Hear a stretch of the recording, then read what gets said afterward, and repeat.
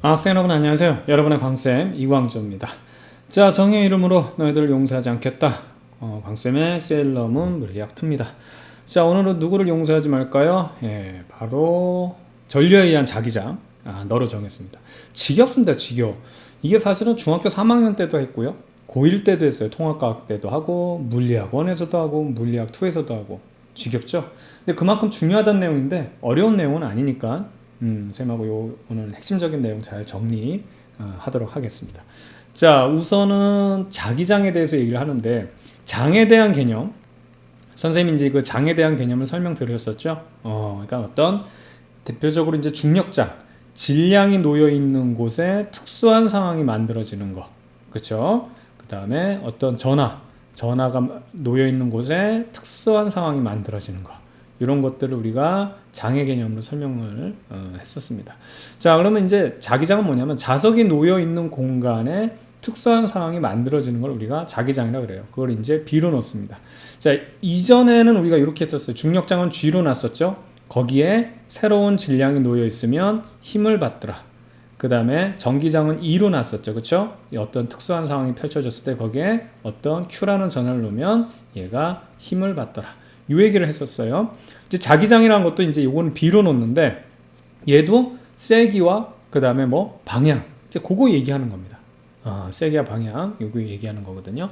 자, 그래서 자석이 놓여 있는 공간에 펼쳐진 특수한 상황을 얘기하는 거고요. 요건 이제 자기력선이라고 그랬죠. 항상 N에서 나와서 S로 들어간다. 이 특수한 상황에 특수한 상황에 어떤 이제 자석이 놓였을 때 힘 받는 방향을 이제 눈에 보이게 그려진 게 바로 여기 자기력선이 되겠고요. 그렇다면 그 자기장의 본질은 뭐냐? 이제 중력장의 본질은 질량이었어요. 그쵸? 그 다음에 전기장의 본질은 전하였습니다. 자기장의 본질은요, 자석이죠. 자석입니다. 그런데 이제 이 자석의 그러면 원인은 뭐냐면 이게 전하의 운동이에요. 쉽게 말하면 전기를 띤 입자, 우리가 이제 전자가 이동을 하기 때문에 전자로 놓는데 플러스도 관계없어요. 마이너스나 플러스 이런 전기를 띤 입자가 운동을 하게 되면 얘네들이 운동을 하게 되면 그 주변에 자기장이 형성이 된다는 겁니다. 그래서 이 자기장의 원인은 기본적으로 전자의 궤도 운동하고 그 다음에 이 전자 자체가 이런 식으로 해가지고 자전하는 거. 이건 지금 이제 지구로 보게 되면 지구의 공전이라고 한다면 이 제자리에서 도는 거 있잖아요. 요거는 자전이 되겠죠. 그렇죠? 전자의 이제 스핀 운동. 이러한 전하를 띤 입자들이 운동을 했을 때 이때 자기장이 형성된다. 그러면 전하를 띤 입자가 운동하면 왜 자기장이 만들어져요? 그건 누구도 몰라. 하나님도 몰라. 아무도 몰라요. 근데 이거는 우리가 알아낸 거는 단지 전기를 띤 애가 가만히 있으면 전기만 뛰는데 얘가 이렇게 가만히 있으면 마이너스는 마이너스, 플러스면 플러스 이렇게 전기만 뛰는데 얘가 운동을 하게 되면 주변에 자기장도 만들어진다. 이건 전기장 얘기고 자기장도 형성된다. 바로 그 얘기가 되겠습니다. 됐죠? 자, 그래서 이 자기장이라는 것은 우리가 우선은 얘가 움직여야 되잖아요. 전하가 운동을 시켜야 되기 때문에 그거에 대한 기본적인 가장 쉬운 게 전류거든요. 그래서 전류가 흐르면 그 주변에 자기장이 형성된다. 이 얘기를 하는 겁니다. 그래서 여러분 중학교 때부터 실험해봤죠? 바로 이 내용이고 마찬가지로 이 자기장의 세기와 방향, 항상 물리는 세기와 방향만 따져보면 되는데 주의할 사항이 있어요. 자기장의 세기는요. 우선 전류가 흘러야지만 전하들이 운동을 해야지만 어떻게 자기장이 형성되기 때문에 전류가 세면 셀수록 어떻게 된다? 자기장 세진다. 요건 맞는데 거리 지금 전류가 이게 이렇게 쉽게 말하면 전류가 움직이고 있고 혹은 전하들이 운동하고 있을 때 이 주변에 자기장 형성되는데 거리가 멀면 멀수록 이 자기장은 떨어진다예요. 그래서 이제 거리 요소가 밑으로 들어 깔리는 거는 이제 동일한데 예전에 우리가 이제 중력에 대한 거 얘기할 때 중력은 M하고 R, 그 다음에 공통 요소인 이제 요 거리 요소가 이제 공통이었죠. 서로 요 내용들이 있었어요. 그 다음에 전하도 항상 플러스와 떨어진 거리 R, 그리고 뭐 마이너스는 마이너스, 플러스는 플러스 관계 없습니다. 요거랑 또 떨어진 거리 R, 이렇게 해가지고 이 밑에 깔리는 게 R 제곱에 이제 비례했었죠. 그러니까는 요 이제 R 제곱에 반비례 했었습니다. 반비례. 이렇게 돼야 되는데 얘는요 지금 문제는 뭐냐면 제곱이 아니라는 상황에 좀 주의를 해야 돼요. 이게 왜 그러냐면 지금 이 질량끼리는 서로 하나만 있으면은 이 힘이 작용하잖아요. 두 개가 쌍으로, 그렇죠?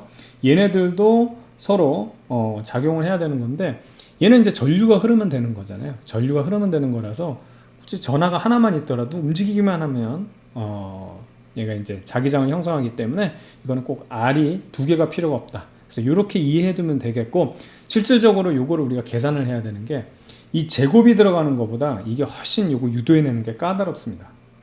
그래서 여러분이 대학을 들어가면 요걸 유도하는데 비오사바르 법칙이라는 걸 이용해서 하는데 수학적으로 조금 까다로워요.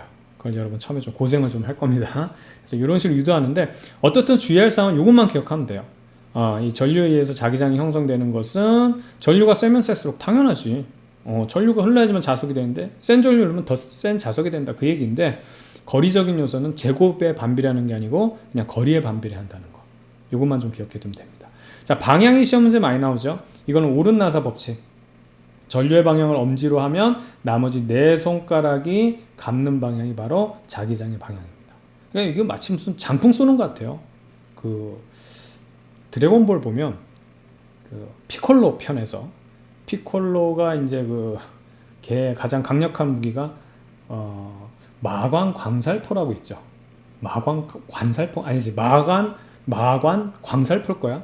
그럼 얘가 이렇게 나가는데 이렇게 회오리 치면서 나가요.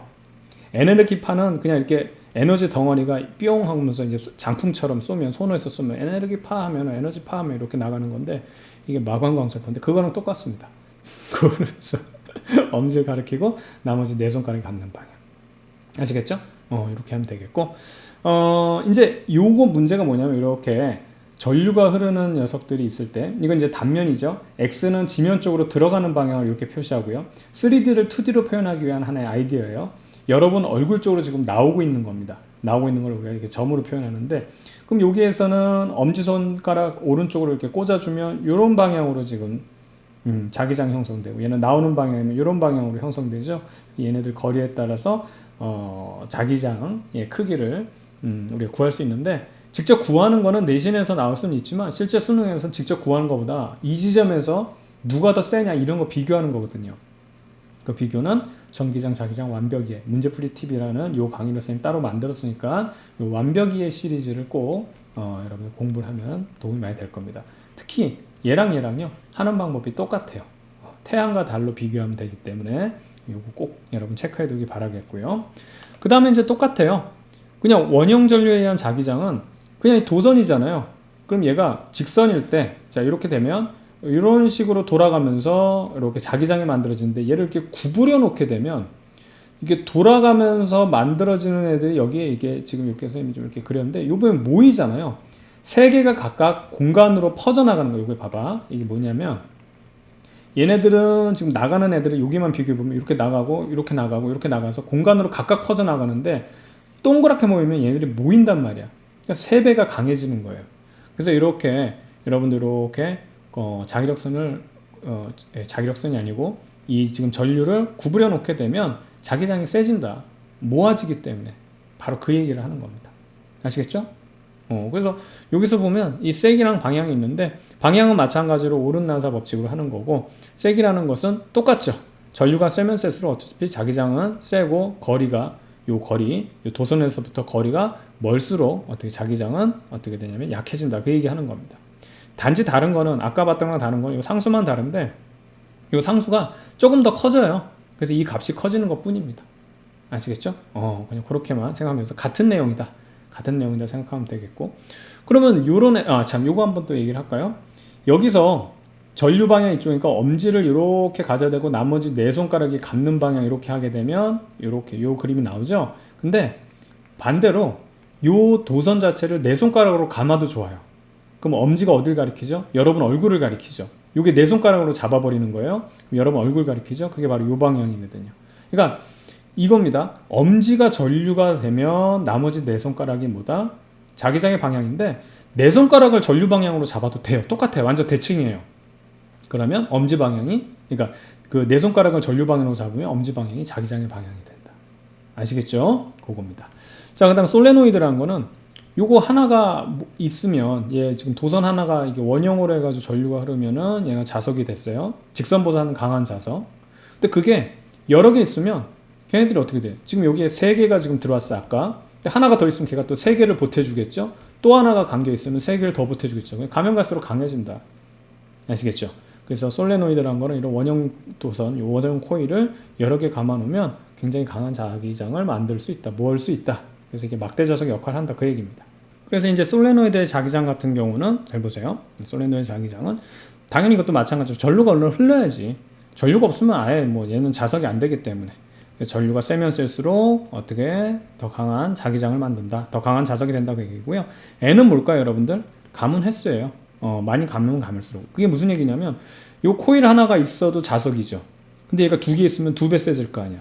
세 개 있으면 세 개, 자석이 세 개 있는 거랑 똑같은 거야. 나란한 방향으로. 그래서 요거는 가문 횟수. 그렇죠? 요 코일의 개수입니다. 자석의 개수라고 생각하면 되는 거예요. 전류가 흐르는 코일은 자석이니까. 됐죠? 요 상수는 당연히 더 커지겠고. 그럼 여기서 이제 의문이 뭐냐면 여기는 거리적인 요소가 있었죠. 자, 여기서 잘 보면 이런 식으로 요 중심에서 거리적인 요소가 이렇게 있었어요. 여기 R이거든요. 거리적인 요소가 있었는데 여기서는 거리적인 요소가 없는 게 요 그림 보세요. 얘들이 계속 누적되다 보면 거의 자기장이 그쵸? 거리적인 요소가 없어지는 거예요. 아까 보면 이게 거리적인 여기 하나 있으면 여기서부터 여기까지 거리 뭐 이렇게 떨어진 거리를 따져봐야 되는데 실질적으로 애들이 계속 누적이 되다 보니까 거리적인 요소가 없는 겁니다. 그래서 지금 요거를 정확하게 얘기하면 요 세 개는 그냥 솔레노이드의 자기장 세기보다는 솔레노이드 내부 자기장의 세기라고 요거 모여있는 요거 있죠? 요 내부 자기장의 세기를 이렇게 나타낸다. 그래서 요거에 대한 것도 거리적인 요소. 그럼 이것도 거리적인 요소를 해야 되는데 우리는 그거 다루지 않는다. 왜 그러냐면요. 이 솔레노이드의 어떤 길이가 무한하다게 생각을 해가지고 그렇게 얘기하는 거예요. 그러니까 조금 어렵게 하지 않기 위해서 단순하기 위해서 여기서는 거리적인 요소를 없앤 겁니다. 아시겠죠? 그래서 이건 거리가 없다. 그렇게 생각하면 안 되는 거고요. 자, 마지막 요거 한번 정리해 볼게요. 이건 두 가지가 동일하다 그랬어요. 지금 전류가 이렇게 흘렀다. 그럼 전류의 방향을 항상 화살표를 이렇게 코일에다 표시를 해주고요.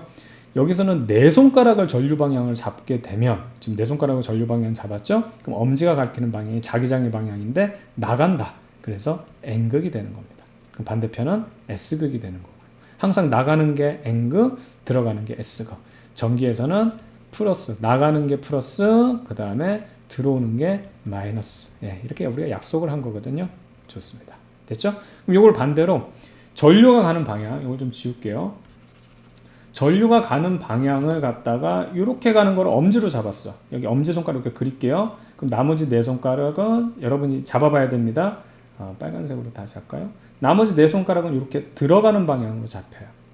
그러면 여기서 겉에서는 이렇게 되지만 나올 때는 돌아서 나오게 되잖아. 자세히 그리면 들어갈 때는 이렇게 들어가지만 나올 때는 나올 때 들어갈 때 이렇게 좀 나올 때는 이렇게 나오게 되죠. 그렇죠?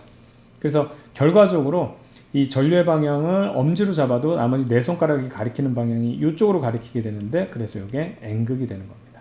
여기가 나가는 건 N극, 들어가는 건 S. 그러니까 엄지를 전류로 잡건 아니면은 네 손가락을 전류로 잡건 여러분 마음대로요. 마음대로. 그때 반대편 나머지 손가락이 가리키는 방향은 그와 반대다. 전류로 잡았다면 엄지를 전류로 잡았다면 나머지 네 손가락이 가리키는 방향이 자기장의 방향. 그 다음에 전류의 방향을 네 손가락으로 잡았다면 엄지가 가리키는 방향이 바로 자기장의 방향이 된다. 요거니까 여러분 아무렇게나 여러분 편할 대로 쓰면 되는 겁니다. 아시겠죠? 좋습니다. 자, 오늘 여기까지 해서 간단하게 마무리하도록 하고요. 다음 시간에 다시 만나도록 하겠습니다.